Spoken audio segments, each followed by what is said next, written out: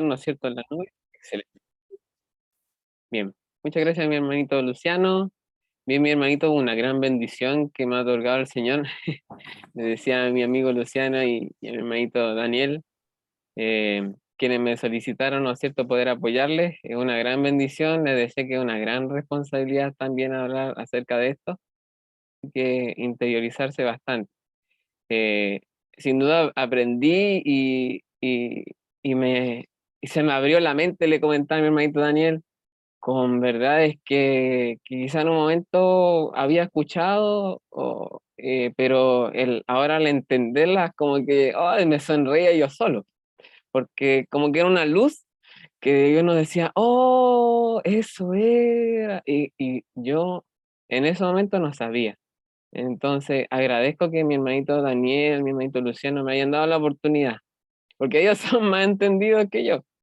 Entonces, gracias a mis hermanitos también, y también por supuesto al Señor por la bendición que me da de presentarle este tema que en realidad es bastante, muy importante, trae un mensaje muy importante y una vez que sea presentado, es una invitación a poder reflexionar en nosotros mismos, examinarnos y ponernos a pensar en cómo estamos espiritualmente. ¿En qué grupo nos encontramos? ¿En qué grupo nos gustaría pertenecer? Y esa es la invitación de esta noche, reflexionar acerca de esta gran verdad, pero que no quede solo como un contenido teológico que se presentó hoy, sino que sea de, de ayuda para poder crecer en la fe, ir santificándonos, ir tomando decisiones de vida eterna. Entonces, esa es la invitación, mi hermanito, por eso hago esta introducción antes para que nos preparemos. Como bien decía mi hermanito Luciano, voy a estar atento a las preguntas si es que se envían por el chat. Si alguien quiere hablar, me dice su nombre nomás, porque como voy a estar viendo la presentación, por voz puede que reconozca, pero igual sería bueno que me dijera su nombre y yo le digo, ah, mi hermanita o mi hermanito tanto, dígame nomás. Y voy a tratar de ayudarle a responder, ¿no es cierto? Igual aquí tengo de apoyo a mi hermanito Daniel y mi hermanito Luciano que me pueden ayudar en cualquier cosita. ¿No? Así que con toda confianza, mi hermanito, anote sus dudas, sus preguntas y también las puede hacer al final del tema. Vamos a comenzar con este tema que lleva por nombre la misión del remanente y el dilema de la Odisea. Vamos a introducirnos un poquito para ir conociendo qué es el remanente. ¿Ya? Quizá muchos sabemos, pero es bueno que también podamos entender y comprender qué es el remanente y también la misión que tiene el remanente. Bueno, acá nos dice de que el remanente, bueno, la pregunta uno, ¿qué es el remanente? Aquí nos apoyamos con Romanos 9:27 que dice, también Isaías clama tocante a Israel. Si fuere el número de los hijos de Israel como la arena del mar, tan solo el remanente será salvo. Es decir, de un grupo gigantesco que puede ser como la arena del mar, que es incontable, solamente el remanente, solamente un poquito va a ser salvo.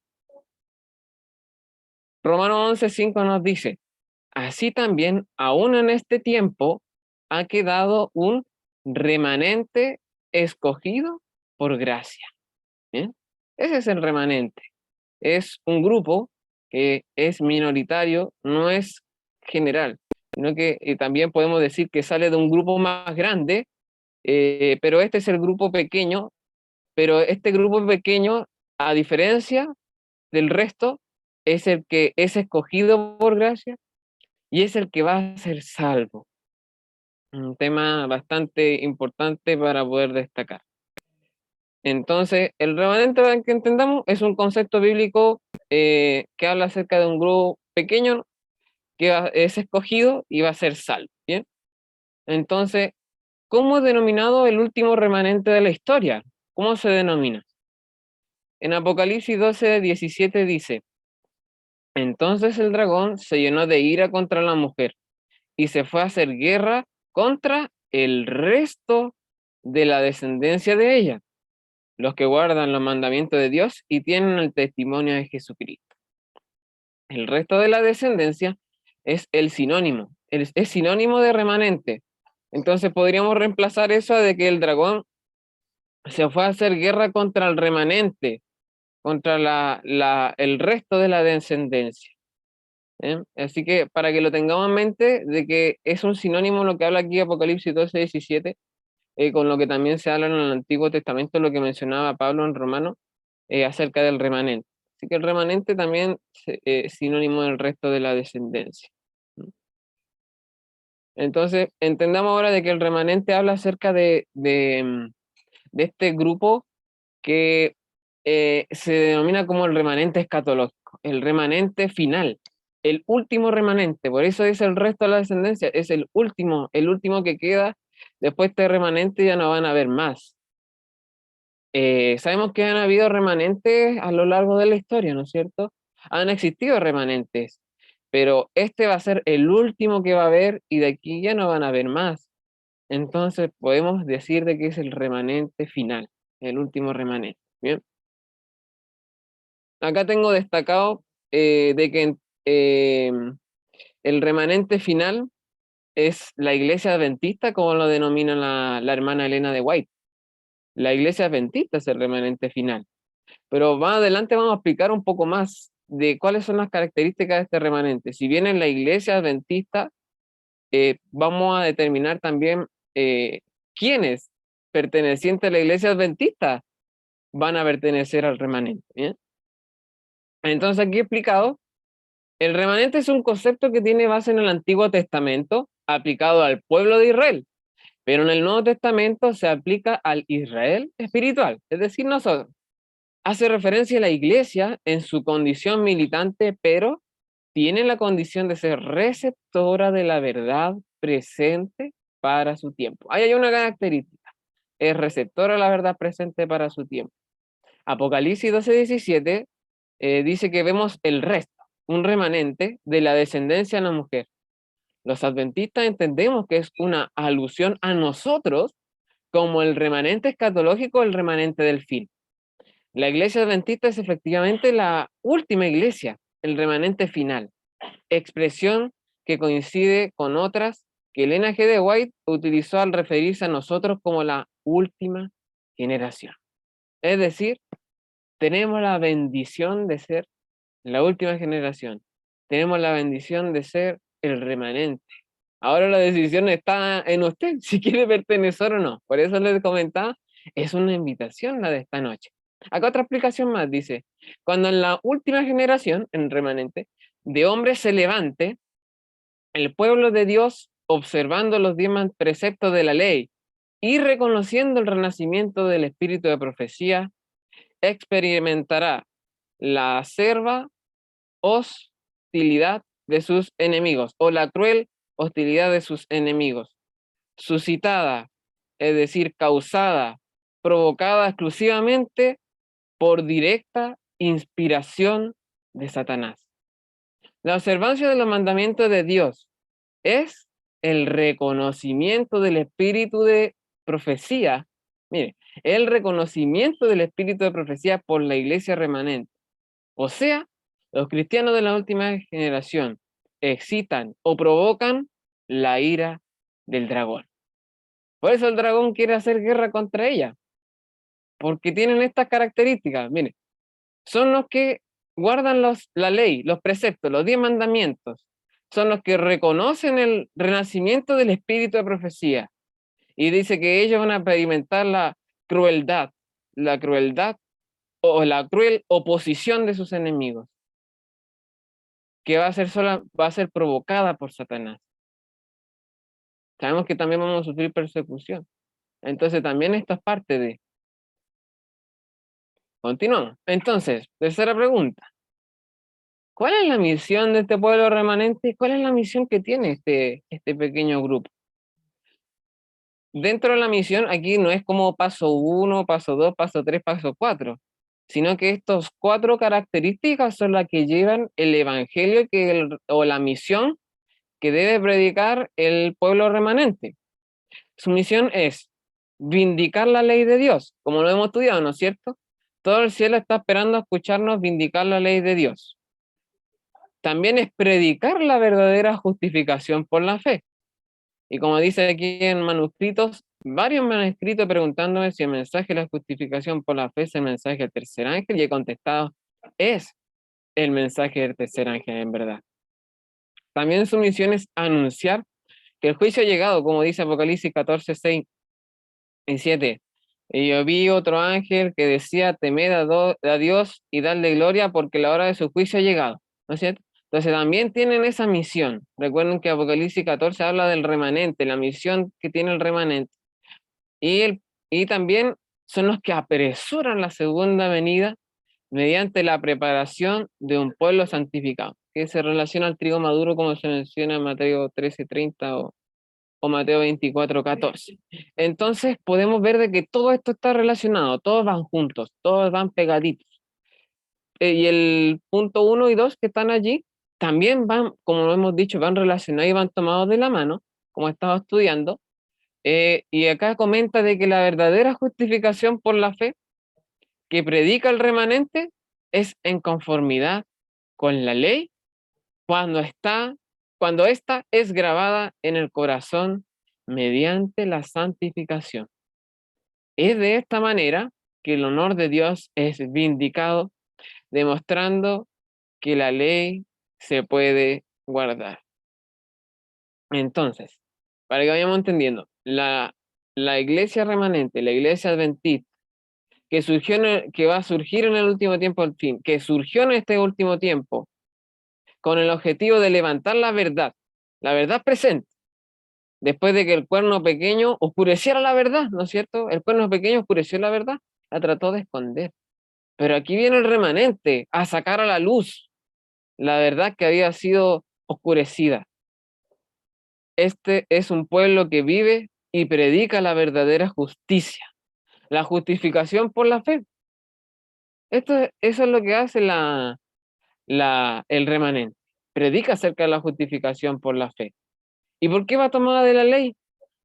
Porque la ley va junta con la justificación por la fe. Porque si somos justificados por la fe, como dice ahí arriba, la ley es grabada en nuestro corazón. ¿Por qué? Porque vamos a vivir en santificación o en transformación. Justificación, arrepentimiento. Luego de arrepentirme, debo vivir en una santificación.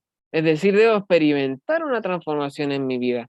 Y así voy viviendo la justificación por la fe. Y así va siendo grabada la ley en nuestros corazones. ¿Por qué? La ley es el carácter de Dios. Y si vamos transformando nuestro carácter al de Dios, significa que la ley está siendo grabada en nuestros corazones. ¿Ah? Vamos entendiendo. Y dice aquí Juan 15:8, en esto he glorificado, vindicado mi Padre, en que llevéis muchos frutos, es decir, en que vivan en santificación y seáis así mi discípulo. Esta es una paráfrasis, ¿no es cierto?, de este versículo. Y abajo dice, Satanás procura anular este plan haciendo del hombre que el hombre no cumpla las condiciones bajo las cuales se proporciona la salvación. ¿Cuáles son esas condiciones? ¿Cuáles son las condiciones eh, por las cuales Satanás quiere anular este plan? Simplemente de que usted no cumpla con la condición de tener grabada la ley en su corazón. ¿Y cómo usted no puede tener la ley guardada en sus corazones? Desobedeciendo. Así de simple. Si usted desobedece y no vive en una vida de santificación, de transformación, significa que la ley de Dios no va a ser grabada en nuestros corazones, y eso significa de que el plan de Satanás ha tenido éxito, porque de esa forma usted no va a poder, usted ni yo vamos a poder obtener salvación. Entonces, ese es el plan que tiene Dios, ese es el plan que tiene Satanás, anular el plan de Dios. Esa es la idea de él, para tratar de llevarse a aquellos que más pueda para que no puedan experimentar la salvación. La santificación, como mencionamos, tiene que ver con la transformación del carácter. Vamos avanzando entonces. como nos dice aquí el camino a Cristo, dice, si moramos en Cristo, si el amor de Dios está en nosotros, ¿qué ocurre? Nuestros sentimientos, nuestros pensamientos, nuestros designios, es decir, nuestros planes, nuestros proyectos, nuestras acciones, estarán ¿en qué? En armonía con la voluntad de Dios, según se expresa en los preceptos o mandamientos de su santa ley. Y como dice aquí Juan, capítulo 1, si no me equivoco, estoy acá buscando, primera de Juan, capítulo 3, verso 7. Hijitos míos, no dejéis que nadie os engañe. El que obra justicia justo, así como Él, es decir, Cristo, es justo. La justicia se define por la norma de la santa ley de Dios expresada en los 10 mandamientos dados en el Sinaí. Entonces eso ocurre si moramos en Cristo, eso ocurre si el amor está en nosotros. Vivimos conforme a la voluntad de Dios. Y de esa forma, la ley se graba en nuestros corazones cuando hacemos la voluntad de Dios y lo obedecemos. Cuarta pregunta, entonces, ¿qué tan vinculado está la comprensión de nuestra misión y mensaje con el espíritu de profecía? Una buena pregunta, ¿no es cierto? Uno se pregunta qué parte tiene aquí el espíritu de profecía. Miren lo que nos dice Apocalipsis 19:10. Yo soy consiervo tuyo y de tus hermanos que retienen el testimonio de Jesús. Adora a Dios, porque el testimonio de Jesús es el espíritu de la profecía. Repito la última parte, porque el testimonio de Jesús es el espíritu de la profecía. Entonces, ¿cómo está comprendido? De que el testimonio de Jesús, porque recuerden cuáles son las características, los que guardan los mandamientos de Dios y el testimonio de Jesucristo. Entonces el remanente tiene la característica de guardar el testimonio de Jesús, es decir, el espíritu de la profecía. ¿Ah? ¿Se vamos entendiendo? ¿Qué nos dice esta otra cita de joyas de los testimonios? Dice, a medida que se acerca el fin y la obra de dar la última amonestación al mundo se extiende, resulta más importante para los que aceptan la verdad presente tener una clara comprensión de la naturaleza e influencia de los testimonios, es decir, del espíritu de profecía, que en su providencia Dios, ¿qué hizo? Vinculó con la obra del mensaje del tercer ángel desde su mismo nacimiento. Es decir, el espíritu de profecía está vinculado por Dios en el mensaje del tercer ángel, desde su mismo nacimiento. Entonces, vamos entendiendo también que van tomados de la mano el espíritu de profecía, los testimonios. Entonces, la siguiente pregunta nos dice, ¿de qué manera se profetiza la llegada de un pueblo con la luz del verdadero evangelio hacia el tiempo del fin? Repito, ¿de qué manera se profetiza la llegada de un pueblo con la luz del verdadero evangelio hacia el tiempo del fin? Vamos a leer la profecía de Daniel 12, versos 3, 4, 9 y 10, que dice, los entendidos resplandecerán como el resplandor del firmamento, y los que enseñan la justicia a la multitud, como las estrellas a perpetua eternidad. Pero tú, Daniel, cierra las palabras y sella el libro hasta el tiempo del fin. Muchos correrán de aquí para allá y la ciencia se aumentará. Anda, Daniel, pues estas palabras están cerradas y selladas hasta el tiempo del fin. Muchos serán limpios y emblanquecidos y purificados. Los impíos procederán impíamente, y ninguno de los impíos entenderá, pero los entendidos entenderán. Aquí está la profecía. Sabemos que este sello fue abierto, ¿no es cierto? Por eso ahora nos ha sido revelado todas estas grandes verdades. Ahora acá tenemos un paralelismo entre Daniel capítulo 12, versos 4 y 9 y Apocalipsis 10, versos 6 y 8 que nos dice, pero tú, Daniel, cierra las palabras y sella el libro hasta el tiempo del fin. Y Apocalipsis 10 nos dice, y juró por el que vive por los siglos de los siglos que el tiempo no sería más. En los días de la voz del séptimo ángel, el misterio, perdón, de Dios se consumará, como él lo anunció a sus siervos profetas. Es decir, el misterio de Dios se consumará. Todo esto, las palabras, ¿no es cierto?, que se cerraron, ahora han sido abiertas y van a ser anunciadas. Este es el mensaje que va a llevar también el remanente. Entonces, para que vayamos entendiendo y comprendiendo un poco más. ¿Y qué nos dice aquí para aclararnos más todavía? Bible Training School nos dice lo siguiente: el honor de la ley de Dios tiene que ser vindicado ante los mundos no caídos, ante el universo celestial y ante el mundo caído. Si se dan cuenta, no es solo al mundo caído al que tiene que ser vindicado, sino que a los mundos no caídos y a todo el universo. Vendrá la persecución más cruel, pero cuando se levante Sión y se ponga sus hermosas vestiduras, brillará con la belleza de la santidad. Dios desea que tengamos más vida y más poder porque la gloria de Dios ha nacido sobre la iglesia. Si la verdad es recibida, la repulsiva esterilidad no seguirá existiendo. La palabra de Cristo es vida eterna para quien la recibe. Sexta pregunta entonces nos dice, ¿son los adventistas un pueblo más dentro del protestantismo? ¿Qué creen ustedes? Ahí yo los puedo ver, si me hacen así, si asienten.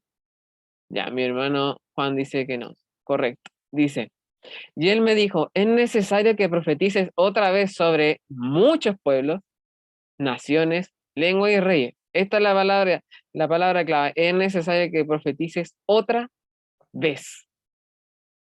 Mire, acá nos aclara un poquito más. Dice, el nombre adventista del séptimo día es una reprensión permanente para el pueblo protestante.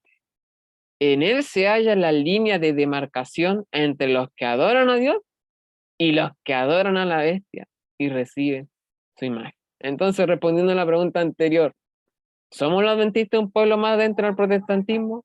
No, todo lo contrario. Nosotros vamos a tener que ayudarle a entender, a llevarles también la luz para que puedan salir de allí. Otra cita también que nos aclara, el conflicto de los siglos. Dirigiendo a Jesús su mirada hasta la última generación, es decir, al remanente, vio al mundo envuelto en un engaño, semejante al que causó la destrucción de Jerusalén. ¿Cuál era el gran pecado de los judíos? El gran pecado de los judíos consistió en rechazar a Cristo. Igual va a ser el gran pecado del mundo cristiano, rechazar la ley de Dios, que es el fundamento de su gobierno en el cielo y en la tierra. Y como ya sabemos, el que rechaza la ley de Dios no tiene grabada la ley de Dios en sus corazones, por lo tanto no pueden obtener la salvación. Ese es el problema, mi hermano, el rechazar la ley de Dios. ¿Qué es lo que estamos haciendo ahora? ¿Nos encontramos aquí o nos encontramos allá? ¿De qué lado queremos estar? Le hago esta pregunta porque después viene una aclaración y viene una esperanza. Viene una forma para poder examinarnos, para poder entender y comprender mucho más. Séptima pregunta dice, ¿cuál es la amenaza que irá enfrentando la iglesia de Dios? A ver, ¿cuál es la amenaza? Dice, porque vendrá tiempo cuando no sufrirán la sana doctrina. Es decir, que no les va a afectar la sana doctrina, sino que teniendo comezón de oír, se amontonarán maestros conforme a sus propias concupiscencias y apartarán de la verdad el oído y se volverán a las fábulas. Es decir, acá en Conflicto de los Siglos no aclara más y nos dice la hermana Elena, el apóstol Pablo refiriéndose a los últimos días dijo, porque vendrá tiempo cuando no sufrirán la sana doctrina, en 2 Timoteo 4:3. Ya hemos entrado de lleno en ese tiempo. Mire, ya hemos entrado de lleno en ese tiempo. Es decir, nos encontramos sufriendo esto. Y dice, ¿qué significa el no sufrir la sana doctrina? Significa de que esas multitudes se niegan a recibir las verdades bíblicas. ¿Por qué? Porque éstas contrarían los deseos de los corazones pecaminosos y mundanos. Y Satanás les proporciona los engaños en que se complacen. Por eso dice que viven en su propia concupiscencia. Volvieron a su concupiscencia, a sus deseos pecaminosos. ¿Por qué? Porque no quieren dejarlos. Ese es el problema, no quieren dejarlos y se niegan a recibir las verdades bíblicas.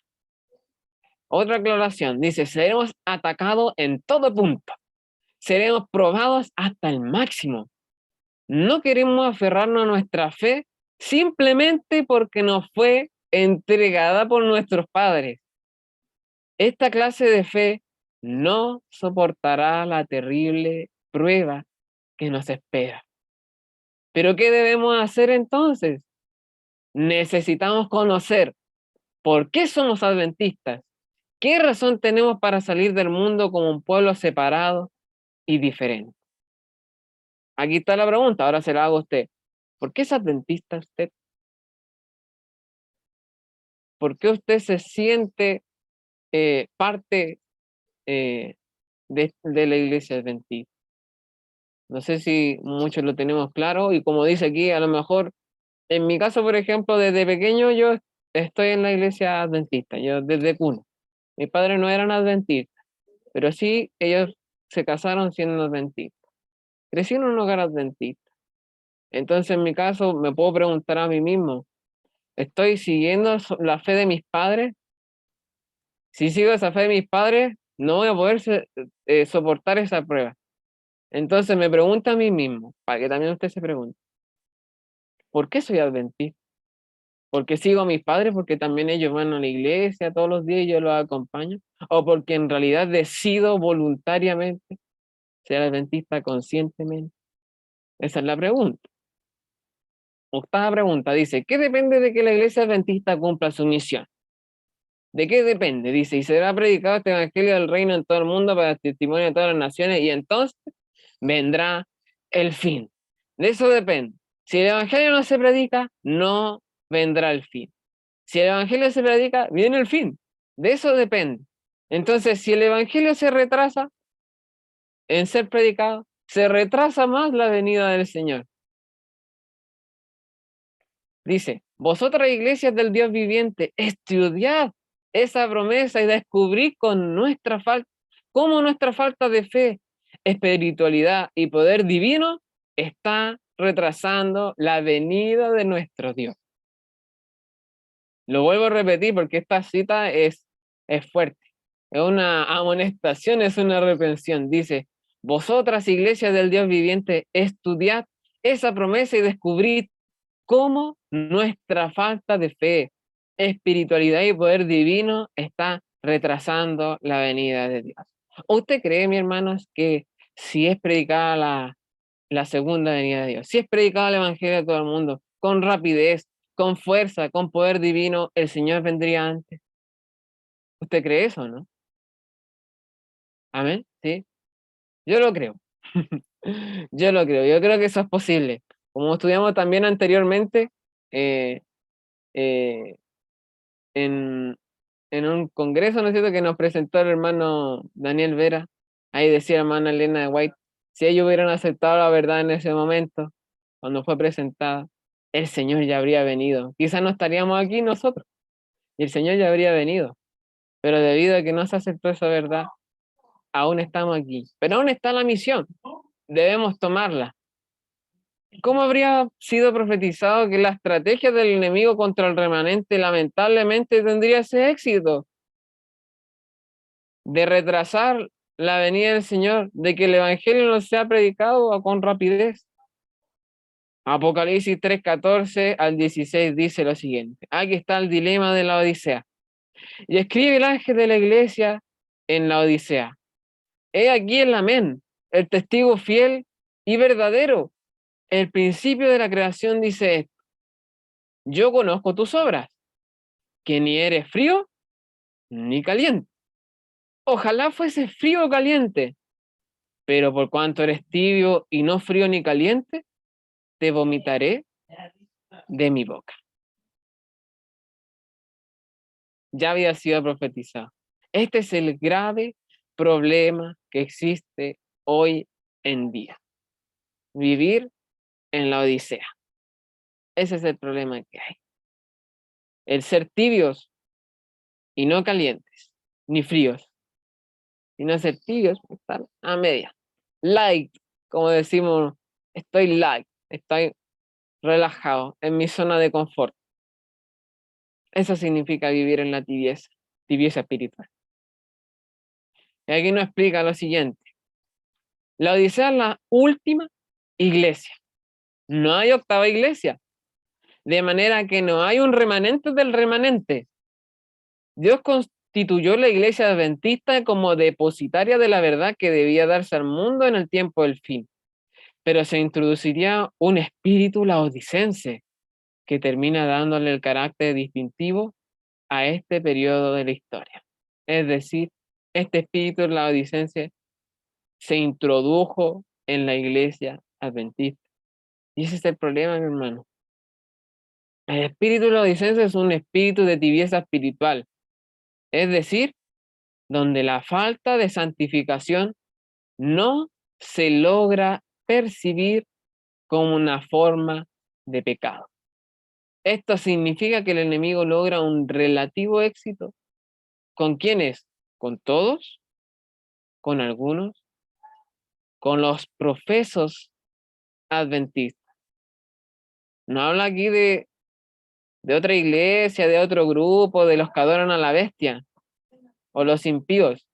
Habla específicamente de los que están dentro de la iglesia adventista y que profesan ser adventistas, pero no viven en una vida de santificación, es decir, de transformación. Y al no vivir una vida de santificación, es pecado, porque si no nos transformamos y seguimos viviendo en pecado, seguimos siendo pecadores y seguimos teniendo ese pecado. Pero ellos lo ven como normal, como si fuera parte de. ¿Mm? Entonces ese es el problema que hay. No hay como una preocupación y después ocupación, porque preocupación es distinto a ocuparse. Uno se preocupa, pero la idea después es ocuparse lo más pronto posible.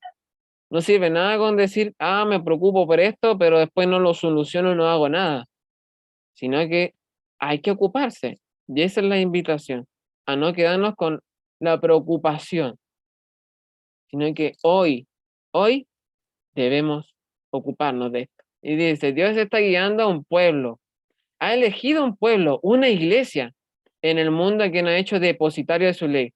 Les ha confiado un legado sagrado y una verdad eterna que deben presentarse al mundo. Él los reprenderá y los corregirá. El mensaje de los laodicenses se aplica a los adventistas que han tenido gran luz y no han andado en ella. Los que han hecho gran profesión de fe, pero que no se han mantenido al mismo paso de su guía, son los que serán vomitados de su boca, a menos que se arrepientan, a menos que sean justificados, a menos que después que sean justificados y se arrepientan, sean santificados y transformados. Si no ocurre esto, van a ser vomitados de la boca de Dios. Esta parte destaco. El mensaje de los laodicenses se aplica a los adventistas que han tenido gran luz y no han andado en ella. Mensaje selecto. Entonces, ¿qué significa que los tibios serán vomitados a menos que se arrepientan? Uno no vomitar, ¿no es cierto? ¿Qué significará?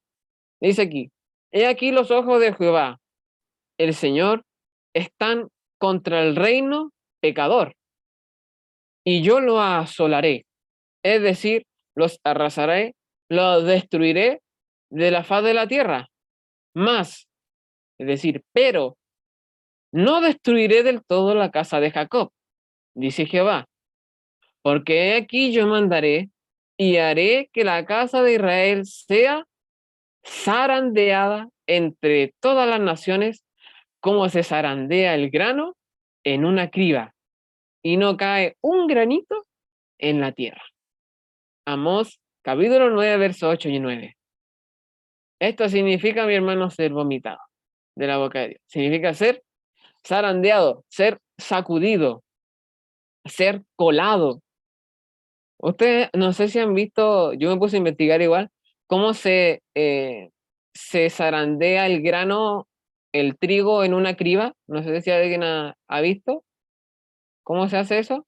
Mi hermano Nancy dice que sí. Es como un colador, ¿no es cierto? Es como redondito, ¿no es cierto? Un colador que tiene un orificio.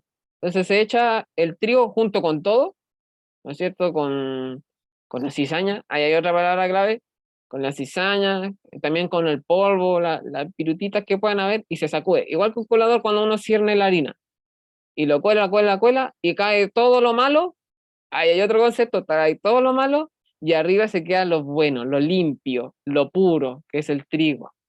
¿Ah? Ahí hay otro concepto importante que tenemos que ir aprendiendo. ¿Qué nos dice entonces? ¿Cuál es la causa del zarandeo? ¿Por qué? ¿Por qué el zarandeo? Y dice, este versículo muy conocido, Mateo 7, 21 al 23 dice, no todo el que me dice, Señor, Señor, entrará en el reino de los cielos, sino el que hace ¿qué? La voluntad de mi Padre que está en los cielos. Hacer la voluntad, vamos uniendo, hacer la voluntad de Dios es obedecer la ley de Dios, y si yo obedezco la ley de Dios, transformo mi carácter al de Dios, y significa de que soy justificado por fe y vivo en una transformación del carácter, y eso se resume en tener la ley grabada en el corazón. Entonces dice, Señor, no todo el que me dice Señor, Señor entrará en el reino de los cielos, sino el que hace la voluntad de mi Padre que está en los cielos, sino el que tiene la ley grabada en sus corazones. Muchos me dirán en aquel día, Señor, Señor, ¿no profetizamos en tu nombre y en tu nombre echamos fuera demonios y en tu nombre hicimos muchos milagros? Y entonces le declararé, nunca os conocí, apartados de mí, hacedores de maldad. Así lo describe el Señor Jesús, como los hacedores de maldad. Entonces, ¿por cuál es la causa del zarandeo? Separar estos dos grupos, el trigo de la cizaña. Separar a los justos de los impíos, a los que viven en una vida de santificación y a los que viven en una vida de maldad, de pecado. Y aquí explica lo siguiente, pero bueno, y también se me iba a decir, cuando se refiere a zarandeo, ¿no es cierto? A la separación de estos dos grupos, es el zarandeo junto con el sellamiento, van juntitos de la mano. ¿Por qué? Porque eh, es lógico de que si nosotros zarandeamos el trigo con la cizaña se ve al descubierto porque cae y el trigo queda arriba, solito, puro. Ahí está la división de aquellos que sí siguieron la voluntad de Dios y aquellos que no le hicieron. Es decir, la diferencia entre los que son sellados por Dios y entre los que son marcados por la bestia. Para eso es el zarandeo. Y dice, se me ha mostrado que vivimos en medio de los peligros en los últimos días. Por cuanto abunda la iniquidad, el amor de muchos se enfría. La palabra muchos se refiere a los que profesan seguir a Cristo, afectados, sin que ello sea necesario, por la iniquidad prevaleciente, se apartan de Dios. La causa de esta apostasía estriba, es decir, la causa de esta apostasía consiste en que no se mantienen apartados de la iniquidad. El hecho de que su amor hacia Dios se esté enfriando por causa de que abunda la iniquidad demuestra que en cierto sentido participan de esta iniquidad, pues de otra manera ella no afectaría su amor a Dios, ni su celo y fervor en su causa. Ese es el gran problema, mi hermano, el no apartarse de la iniquidad. Y aquí está el llamado pecado de presunción. El pecado de presunción, vamos a leer ejemplos de estos 3 versículos y vamos a ir deduciendo también, antes de decir. Ustedes bien conocen el ejemplo del joven rico, ¿no es cierto? Al cual entonces respondiendo le dijo, Maestro, todo esto lo he guardado desde mi juventud. Entonces Jesús mirándole le amó y le dijo, una cosa te falta. Anda, vende todo lo que tienes y dalo a los pobres y tendrás tesoro en el cielo y ven, sígueme tomando tu cruz. ¿El joven siguió a Jesús? No. ¿Por qué? Porque él pensaba de que el cumplir, ojo, pensaba de que él estaba cumpliendo todos los mandamientos, pero sin duda le faltaba. Ahora, 1 Juan capítulo 1, versos 5 y 6. Este es el mensaje que hemos oído de él y os anunciamos. Dios es luz y no hay ninguna tinieblas en él. Si decimos que tenemos comunión con él y andamos en tinieblas, mentimos y no practicamos la verdad. Y este es el mensaje de la Odisea, Apocalipsis 3:17, que dice, porque tú dices, yo soy rico y me he enriquecido y de ninguna cosa tengo necesidad. Y no sabes que tú eres desventurado, miserable, pobre, ciego y desnudo. ¿Cuál es el problema, mi hermano? ¿Cuál es el problema del pecado de la presunción? ¿Qué entienden ustedes acerca del pecado de la presunción? Si alguien abre el micrófono, no hay problema, también para que sea más participativo. ¿Qué es lo que logran entender? ¿Qué? ¿Cuál es el problema? De que hay una autosuficiencia. El pensar de que por uno mismo puede ser salvo. El pensar de que no depende de Dios, de que uno no depende de Dios, sino que tan solo cumplir todo y pensar de que está haciendo todo correctamente tal cual como dice.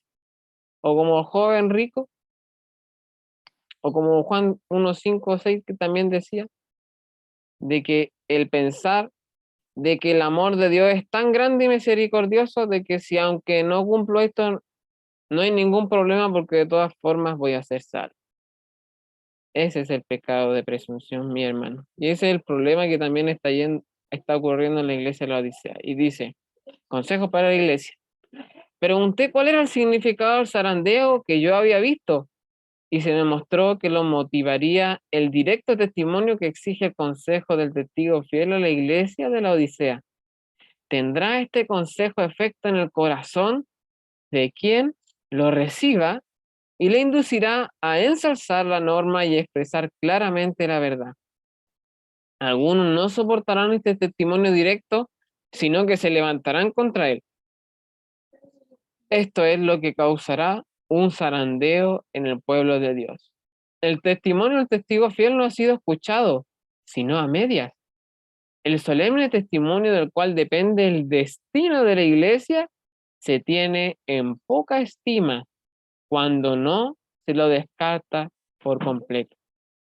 Este testimonio ha de mover a profundo arrepentimiento y todos los que lo reciban sinceramente lo obedecerán y quedarán purificados.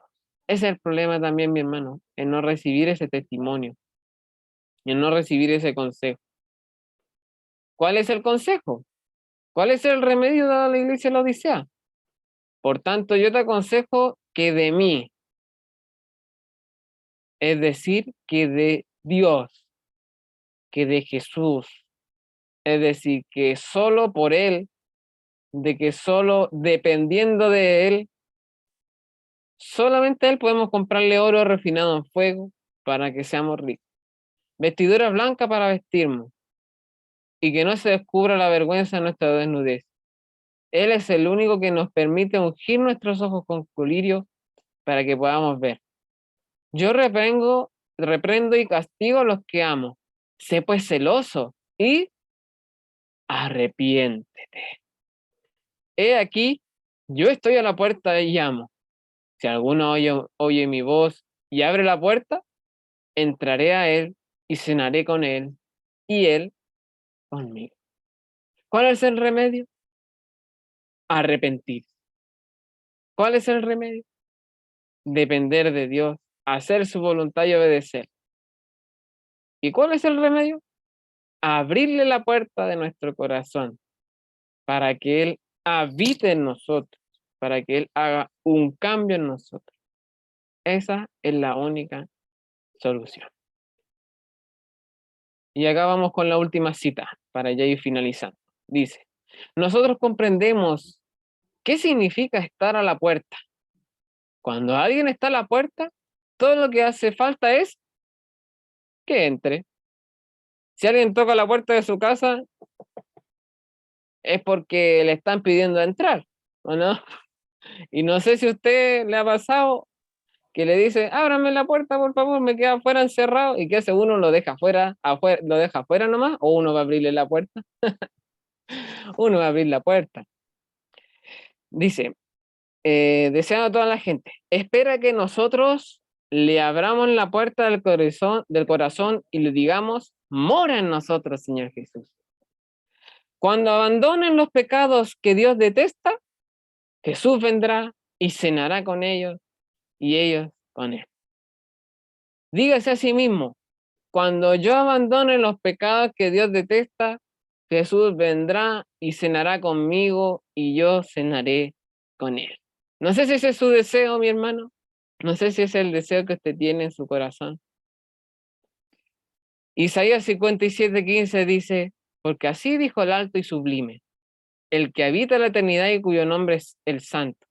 Yo habito en la altura y la santidad y con el quebranto y humilde de espíritu, para hacer vivir el espíritu de los humildes y para vivificar el corazón de los quebrantados. ¿Queremos ser vivificados por Cristo? Dejémoslo entrar a nuestro corazón. El Espíritu Santo busca morar en cada alma. Si se le da la bienvenida como un huésped honrado, los que lo reciban serán hechos completos en Cristo. Si dejamos entrar el Espíritu Santo en nuestras vidas, vamos a ser hechos completos en Cristo. La buena obra que ha sido comenzada será terminada. Pensamientos santos, afectos celestiales y acciones semejantes a las de Cristo reemplazarán a los pensamientos impuros, los sentimientos perversos y los actos rebeldes.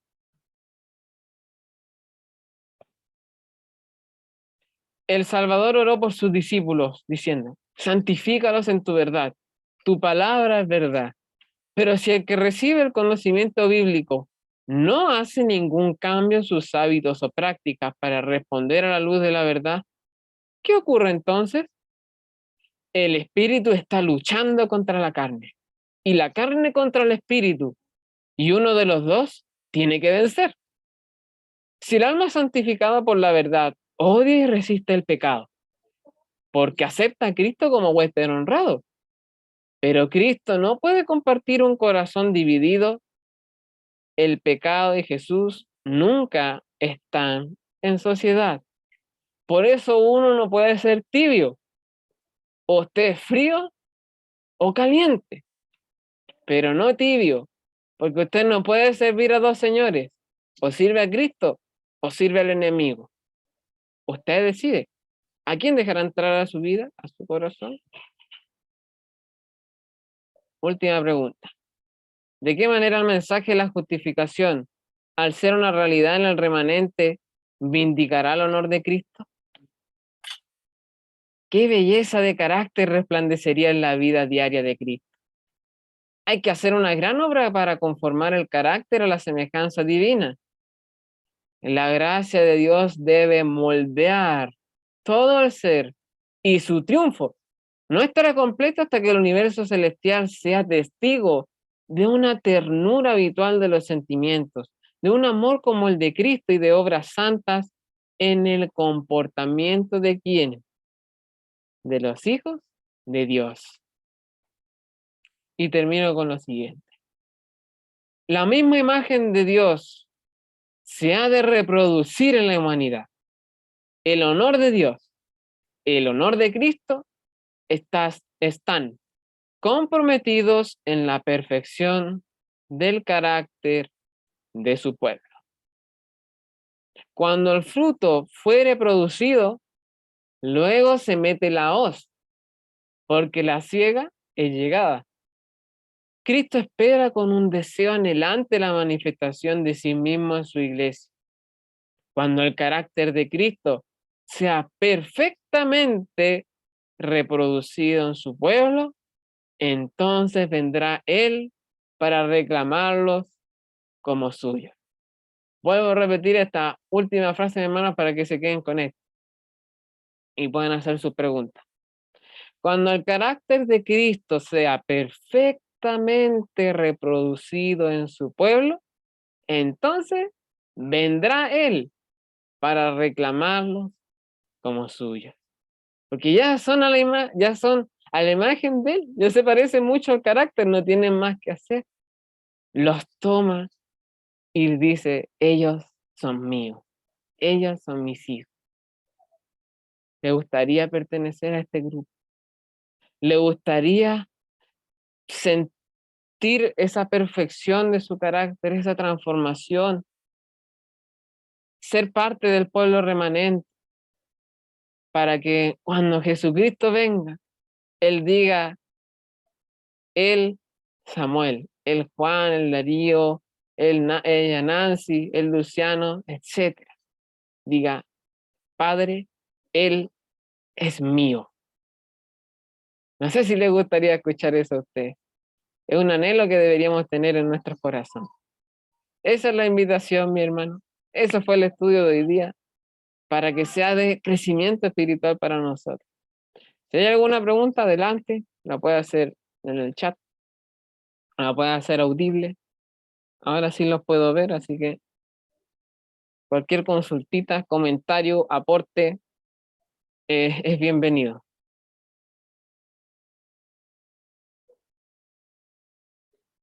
Bien, dejo a mi amigo Luciano como moderador ahí, ¿no es cierto? Ahí, para Sí, esperar sí, un ratito. gracias Samuel por la temática, muy bueno el tema y te agradecemos por, por las citas tan claras que pudiste compartir ahora, creo que son pero tremendamente clave ya para comprender este tema. Vamos a dar un espacio si a alguien le gustaría compartir su impresión con respecto al tema que acaba de compartir Samuel. ¿Ya? A ver, hermana Marjorie, parece que prendió su micrófono, a ver si... Sí, hola, buenas Adelante. noches. Muy bueno el tema, muchas gracias Samuel. Comentar que sí, que es bueno siempre leer el escrito está y en realidad que esa es en lo que nos debemos basar, nuestra seguridad. Yo escuchaba un tema en la tarde, el sábado, que me dejó un poco triste porque el predicador decía, estaban hablando, ¿cierto?, de cómo iba a caer la lluvia tardía, del mensaje que se iba a dar, etcétera. Entonces alguien por ahí preguntó cómo podíamos saber si en el fondo si cayó no sobre nosotros, cómo dar cuenta si soy de este grupo o de este otro grupo, etcétera. Y él comentaba, el predicador, de que no nos tenemos que preocupar de eso porque en el fondo ya solo el hecho de ir a la iglesia bastaba, porque nadie iba a ir si no fuera movido por el Espíritu Santo y guardar el sábado, usted da el diezmo, así que quédese feliz. Entonces es complejo porque también se predica en la iglesia, lamentablemente, que una formalidad externa te ayuda para quedar tu conciencia tranquila mientras no hay una transformación del alma. Porque es evidente, nadie se gana la salvación. Dios ya lo hizo todo por nosotros. Incluso el arrepentimiento es algo que el Espíritu Santo produce en nosotros. Pero nosotros tenemos que querer. Y ahí está, ¿cierto?, la acción del hombre. Buscar a Dios para pedirle que me transforme, y eso se va viendo en un fruto. Entonces, a mí igual me deja muy triste porque se predica mucho en la iglesia que no es necesaria esa transformación, que en un proceso ahí Dios te va ayudando, y eso da paso a mucho pecado en la iglesia, pecado abierto, adulterio, transgresión abierta, en fin, muchísimo en la iglesia. Y simple es, hermano, usted no condena a nadie. Y no se trata de condenar, sino que se trata de que avancemos, no, como bien decía el hermano Daniel, lo escuchaba por ahí, de esconder la basura en un manto de justicia. Y es terrible eso, da mucha pena escuchar eso, porque finalmente los hermanos más débiles, otros que vienen llegando, escuchan y se fascinan con ese tipo de evangelio. Y de pronto uno queda así como chasqueado. Entonces, bueno, es muy bueno escucharlo nuevamente y que no todos piensan así, ¿cierto? Sino que el escrito es lo que en realidad nos valida. Eso quería comentar. A usted gracias, hermana Mayori, por su comentario. ¿Ya? Muchas gracias. Daniel Prieto escribe en el chat. Muy bien, Samuel. Muchas gracias. Ahí tiene también. ¿Alguien más le gustaría? A ver si hay un comentario, cualquier cosa ahí lo comparte en este momento. ¿Ya? Para que lo Sí, hermanito, muy buenas compartan. noches. ¿Cómo Adelante. están? Sí, con respecto a la Odisea, el remedio lo tiene Cristo. Ahí él mismo en el versículo 18 dice, yo te aconsejo que de mí compres oro refinado en fuego, para que seas rico y vestiduras blancas, para que te vistas y no se descubra la vergüenza de tu desnudez, y unge tus ojos con colirio para que veas. La hermana Elena G. de Huay, con respecto a esto, dice que el vendedor de tesoros invalorables es el Señor Jesús. El gran vendedor de riquezas espirituales está invitándonos a que le compremos. Nosotros decimos, pero ¿cómo? La salvación no se compra. Pero sin embargo, él dice, cómprame de mí. Porque acuérdense que todo don y todo dádiva desciende de lo alto. Nosotros como seres humanos no reproducimos absolutamente nada. Nosotros somos polvo, somos barro, no hay nada bueno en nosotros. Y claro, nosotros los laodicenses, que es la última, la iglesia, la Odisea, que somos prácticamente nosotros, la iglesia adventista, nos creemos ricos. ¿Por qué digo ricos? Ricos espirituales, porque acuérdense que a nosotros, por ejemplo, no nos gusta, por ejemplo, que nosotros pensamos que ya estamos salvos, o sea, pensamos que ya con lo que estamos yendo a la iglesia los sábados, cuando damos los diezmos, así como el joven rico se creía salvo porque él guardaba los mandamientos desde su juventud. Pero sin embargo, por eso que el Señor dice que nosotros, cuando nos consideramos ricos, espirituales, quiere decir que no somos pobres, porque el Señor dice, bienaventurados los pobres de espíritu, porque ellos heredarán el reino de los cielos.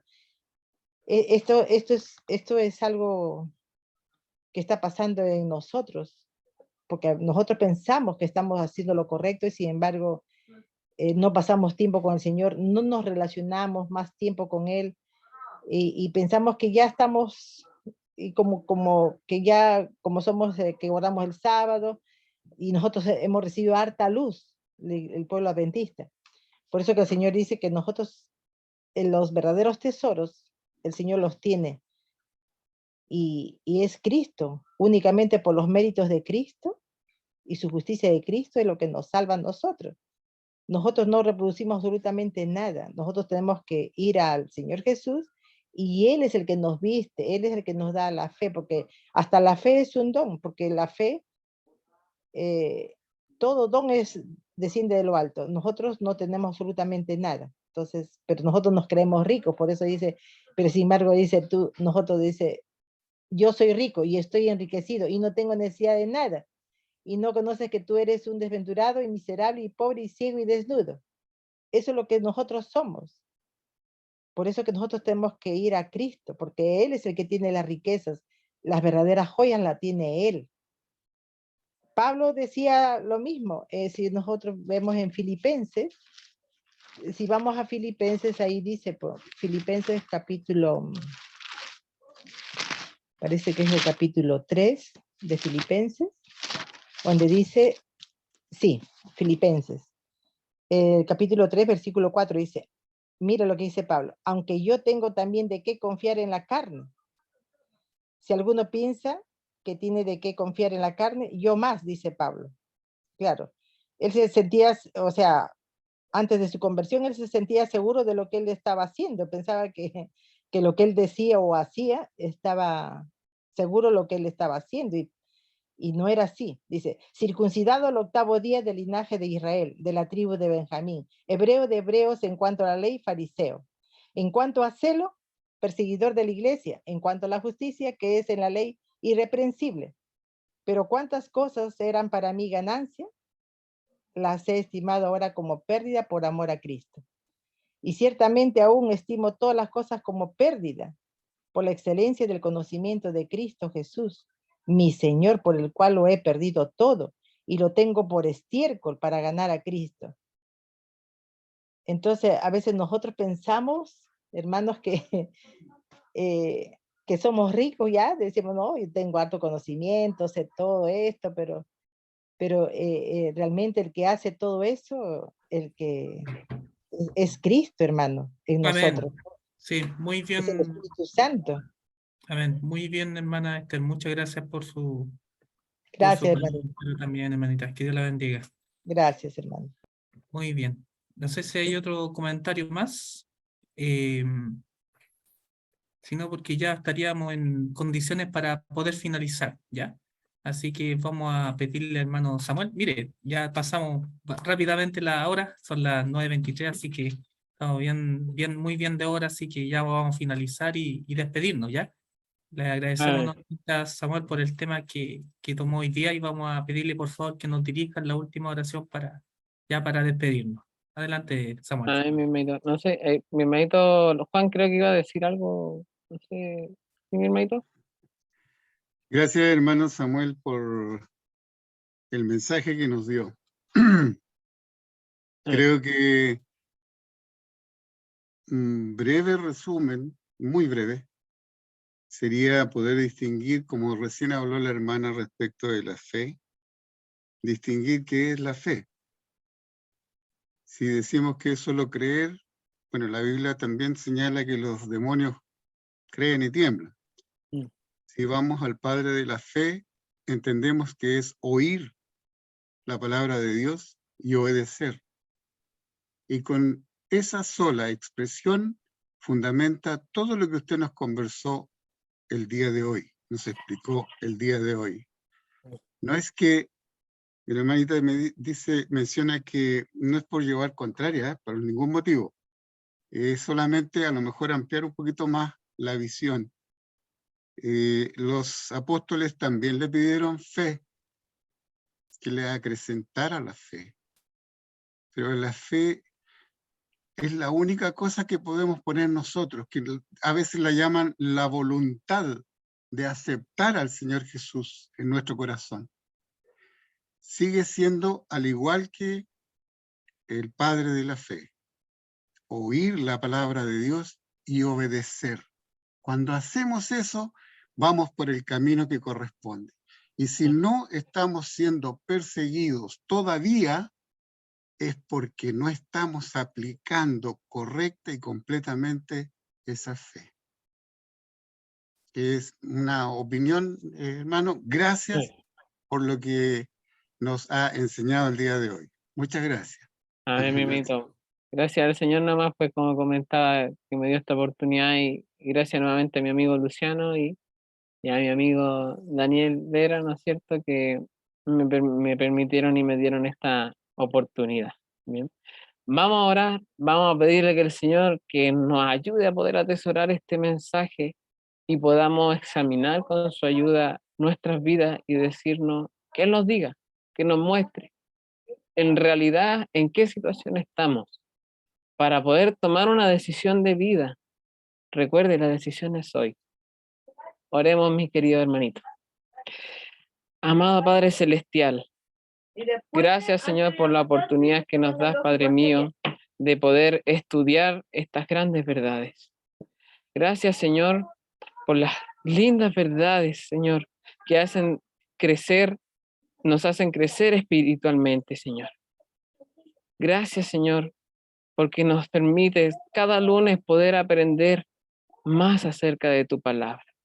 Ayúdanos, Señor, a poder aceptar esta verdad. Ayúdanos a poder entender con esta luz para poder aplicarla en nuestras vidas, Señor. Poder tomar una decisión el día de hoy. Pedirte, Señor mío, que nos ayude a poder examinar nuestras vidas. ¿En qué situación estamos? Quizás estamos viviendo como la iglesia de la Odisea. Quizás en estos momentos estamos tibios y no nos hemos dado cuenta. Porque al igual que el joven rico, quizás creemos que estamos bien. Quizás creemos que estamos haciendo todo conforme a tu voluntad.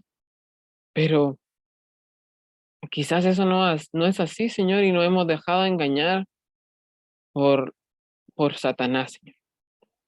Por eso, Señor, en esta hora pedimos que nos ayude a recordar cada día, poder examinarnos, poder transformar nuestra vida, poder ser justificados y transformados, Señor, santificados.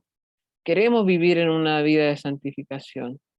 Por eso, Señor, acrecenta nuestra fe si está débil. Haznos aumentar esta fe, Señor. Queremos pertenecer al pueblo remanente. Queremos ser parte de ese trigo y no de esa cizaña. Sabemos que vamos a tener que pasar por conflictos. Sabemos que vamos a tener que pasar por situaciones difíciles, por persecución, por rechazo, Señor.